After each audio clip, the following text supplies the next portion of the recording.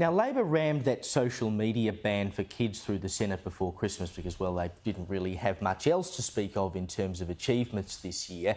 But there's a poll today by Resolve Political Monitor that shows most Australians support the idea of banning under 16s from social media. That's not really surprising. But most don't think it'll work, and they don't want to hand over their IDs to make it work. Let's bring in my panel for tonight. Victorian Libertarian Party MP David Limbrick and the PR Council Managing Director Christy McSweeney. Now, the numbers here are quite interesting. 58% support a ban, but 68% don't think it'll be effective. 45% are reluctant to hand over ID. And rather surprisingly, parents are more likely to support a ban than those without kids. That's not the surprising bit.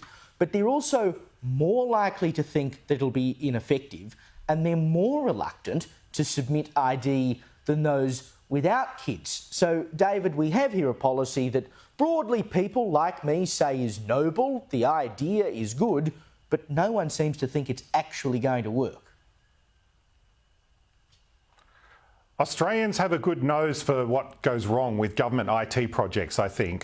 They nearly always fail. I remember there was an app a few years ago called the COVID Safe app, and I remember lots of members of parliament showing people installing it on their phones and spent millions of dollars on it. And it did nothing. It never worked. It was a failure. In fact, one of my boys, he uses YouTube like many kids. He actually produces his own content. And I told him about this, and his first response was, "Does this mean we'll need to get a VPN, Dad?" And I said, yes, it does. Kids already know how to bypass this, and it's clearly people know that it won't work. It's a failure from the beginning.